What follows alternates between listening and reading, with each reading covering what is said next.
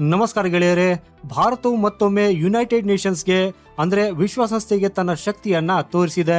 ನಮ್ಮ ವಿದೇಶಾಂಗ ಸಚಿವ ಎಸ್ ಜೈಶಂಕರ್ ಅವರು 33 ರಾಷ್ಟ್ರಗಳ ಮುಂದೆ ಗುಡುಗಿದ್ದು ವಿಶ್ವಸಂಸ್ಥೆಯ ಭದ್ರತಾ ಮಂಡಳಿ ಯುಎನ್ಎಸ್ಸಿಯಲ್ಲಿ ಸುಧಾರಣೆಯ ಸಮಯ ಬಂದಿದೆ, ವಿಟೋ ಅಧಿಕಾರದ ಏಕಸ್ವಾಮ್ಯ ಕೊನೆಗೊಳಿಸಬೇಕು ಮತ್ತು ಭಾರತಕ್ಕೆ ಖಾಯಂ ಸದಸ್ಯತ್ವ ನೀಡಬೇಕು ಅಂತ ನೇರವಾಗಿ ಹೇಳಿದ್ದಾರೆ. ಹಾಗೂ ಗೆಳೆಯರೇ, ಇದರರ್ಥ ಸ್ಪಷ್ಟವಾಗಿದೆ. ಭಾರತವು ವಿಶ್ವಸಂಸ್ಥೆಯ ಮೇಲೆ ಕೆರಳಿದೆ ಮತ್ತು ವಿಟೋ ಅಧಿಕಾರದ ಬಗ್ಗೆ ಜೈಶಂಕರ್ ಅವರು ಇಡೀ ವಿಶ್ವದ ಮುಂದೆ ಸವಾಲು ಹಾಕಿದ್ದಾರೆ. ಹಾಗಾದ್ರೆ ಜೈಶಂಕರ್ ಅವರು ನಿಖರವಾಗಿ ಏನು ಹೇಳಿದ್ರು, ಯಾಕೆ ಹೇಳಿದ್ರು ಮತ್ತು ಇದು ಜಾಗತಿಕ ರಾಜಕೀಯದ ಮೇಲೆ ಹೇಗೆ ಪರಿಣಾಮ ಬೀರಬಹುದು ಅನ್ನೋದನ್ನ ಇವತ್ತಿನ ಈ ವಿಡಿಯೋದಲ್ಲಿ ಡಿಟೇಲ್ ಆಗಿ ತಿಳಿದುಕೊಳ್ಳೋಣ. ಅದಕ್ಕಾಗಿ ಈ ವಿಡಿಯೋನ ಕೊನೆವರೆಗೂ ನೋಡಿ ಹಾಗೂ ಲೈಕ್ ಮಾಡುತ್ತಾ ಚಾನೆಲ್ ಸಬ್ಸ್ಕ್ರೈಬ್ ಮಾಡೋದನ್ನ ಮರೆಯದಿರಿ. ಸೊ ಗೆಳೆಯರೇ, ಆಕ್ಚುಲಿ ದೆಹಲಿಯಲ್ಲಿ ನಡೆದ United Nations troupe contributing countries chief conclave ಅಂದ್ರೆ ವಿಶ್ವಸಂಸ್ಥೆಯ ಪಡೆಗಳಿಗೆ ಕಾಂಟ್ರಿಬ್ಯೂಟ್ ನೀಡುವ ದೇಶಗಳ ಮುಖ್ಯಸ್ಥರ ಸಮಾವೇಶದಲ್ಲಿ ಈ ಬಾರಿ ವಿಶ್ವದ 33 ದೇಶಗಳ ಸೇನಾ ಮುಖ್ಯಸ್ಥರು ಹಾಜರಿದ್ದರು. ಭಾರತದ ಆತಿಥ್ಯದಲ್ಲಿ ಸಮ್ಮೇಳನ ನಡೆದಿದ್ದು ನಮ್ಮ ವಿದೇಶಾಂಗ ಸಚಿವ ಎಸ್ ಜೈಶಂಕರ್ ಅವರು ವೇದಿಕೆಗೆ ಬಂದಾಗ ಅವರು ಸಂಪೂರ್ಣ ಆತ್ಮವಿಶ್ವಾಸದಿಂದ ವಿಶ್ವಸಂಸ್ಥೆಯ ವ್ಯವಸ್ಥೆಯಲ್ಲಿನ ನ್ಯೂನತೆಗಳ ಮೇಲೆ ಮುಕ್ತವಾಗಿ ವಾಗ್ದಾಳಿ ನಡೆಸಿದ್ರು. ಅವರು ವಿಶ್ವಸಂಸ್ಥೆಯು ಇಂದಿಗೂ 1945ರ ಭೂ ರಾಜಕೀಯ ವಾಸ್ತವತೆಯ ಮೇಲೆ ನಿಂತಿದೆ, ಆದರೆ ಪ್ರಸ್ತುತ ಜಗತ್ತು ಸಂಪೂರ್ಣವಾಗಿ ಬದಲಾಗಿದೆ ಅಂತ ಹೇಳಿದ್ರು. ಹಾಗೆ ಮುಂದೆ ಮಾತನಾಡುತ್ತಾ ಅವರು 80 ವರ್ಷಗಳ ಹಿಂದೆ ಈ ವಿಶ್ವಸಂಸ್ಥೆಯು ರಚನೆಗೊಂಡಾಗ ಇದ್ದಂತಹ ವ್ಯವಸ್ಥೆಯು ಇಂದಿನ ಜಗತ್ತು ಪ್ರತಿನಿಧಿಸುತ್ತಿಲ್ಲ. ಈಗ ಸದಸ್ಯ ರಾಷ್ಟ್ರಗಳ ಸಂಖ್ಯೆ 4 ಪಟ್ಟು ಹೆಚ್ಚಾಗಿದೆ, ಅಧಿಕಾರದ ಸಮೀಕರಣಗಳು ಬದಲಾಗಿವೆ, ಆದರೆ ಈ ವಿಶ್ವಸಂಸ್ಥೆ ಇನ್ನು ಹಳೆಯದಾಗಿದೆ ಅಂತ ಸ್ಪಷ್ಟಪಡಿಸಿದ್ರು.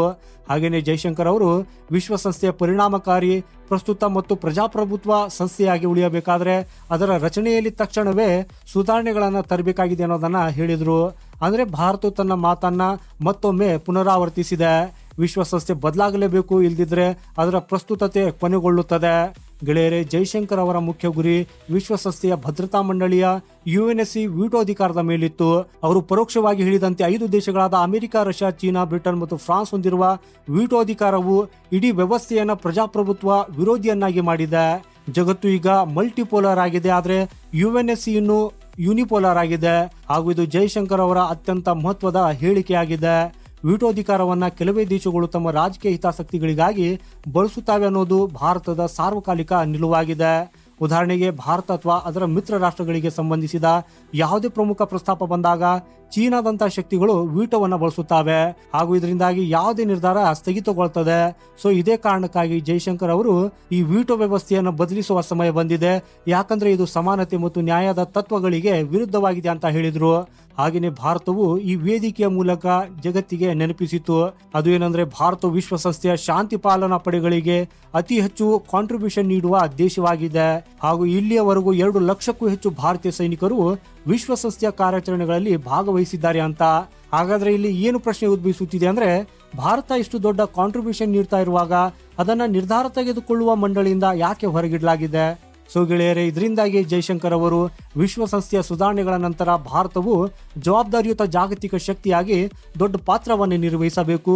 ಭಾರತವು ಕೇವಲ ಖಾಯಂ ಸದಸ್ಯತ್ವಕ್ಕೆ ಪ್ರಬಲ ಸ್ಪರ್ಧೆ ಅಷ್ಟೇ ಅಲ್ಲ, ಅದಕ್ಕಾಗಿ ಸಂಪೂರ್ಣವಾಗಿ ಸಿದ್ಧವಾಗಿದೆ ಅನ್ನೋದನ್ನ ಹೇಳಿದ್ರು.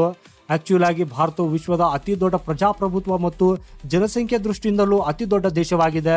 ಭಾರತವು ಇವತ್ತಿಗೆ ವಿಶ್ವದ ದೊಡ್ಡ ಆರ್ಥಿಕತೆಗಳಲ್ಲಿ ಒಂದಾಗಿದ್ದು ಮುಂಬರುವ ವರ್ಷಗಳಲ್ಲಿ 3ನೇ ಸ್ಥಾನಕ್ಕೆ ತಲುಪುವತ್ತ ಸಾಗಿದೆ.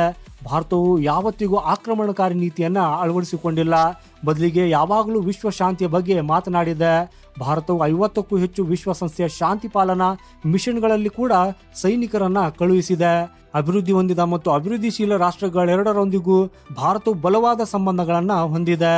ಅಂದರೆ ಯುಎನ್ಎಸ್ಸಿಯ ಖಾಯಂ ಸ್ಥಾನಕ್ಕೆ ನಿಜವಾದ ಅರ್ಹತೆ ಹೊಂದಿರುವ ದೇಶ ಯಾವುದಾದರೂ ಇದ್ರೆ ಅದು ಭಾರತವೇ ಆಗಿದೆ.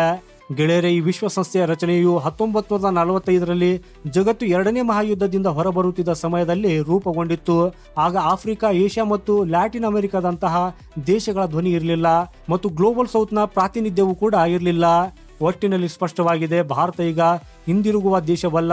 ವಿಶ್ವಸಂಸ್ಥೆಯಲ್ಲಿ ಭಾರತ ಕೇವಲ ಪಾಲುದಾರನಾಗಿ ಉಳಿಯದೆ ನಿರ್ಣಾಯಕ ಶಕ್ತಿಯಾಗಲು ಬಯಸ್ತಾ ಇದೆ. ಮತ್ತು ಜೈಶಂಕರ್ ಅವರ ಈ ಹೇಳಿಕೆ ಕೇವಲ ಭಾಷಣವಲ್ಲ, ಇದು ಭಾರತದ ಹೊಸ ಆತ್ಮನಿರ್ಭರ ಮತ್ತು ಆತ್ಮವಿಶ್ವಾಸದ ವಿದೇಶಾಂಗ ನೀತಿಯ ಸಂಕೇತವಾಗಿದೆ. ಒಂದ್ ವೇಳೆ ಈ ಯುಎನ್ಎಸ್ಸಿ ಸುಧಾರಣೆಗಳು ಆಗದಿದ್ರೆ ಮುಂಬರುವ ದಿನಗಳಲ್ಲಿ ಭಾರತ ಮತ್ತು ಇನ್ನು ಅನೇಕ ದೇಶಗಳು ಒಗ್ಗೂಡಿ ಹೊಸ ಜಾಗತಿಕ ಸಮತೋಲನವನ್ನು ಸೃಷ್ಟಿಸುವತ್ತ ಹೆಜ್ಜೆ ಹಾಕಬಹುದು.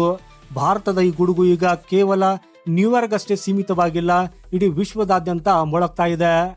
ಸೊ ಗೆಳೆಯರೆ, ಇದ್ರ ಬಗ್ಗೆ ನಿಮ್ಮ ಅಭಿಪ್ರಾಯ ಏನು ಅನ್ನೋದನ್ನ ಕಮೆಂಟ್ ಮಾಡೋದ್ರ ಮೂಲಕ ನಮಗೆ ತಿಳಿಸಿ.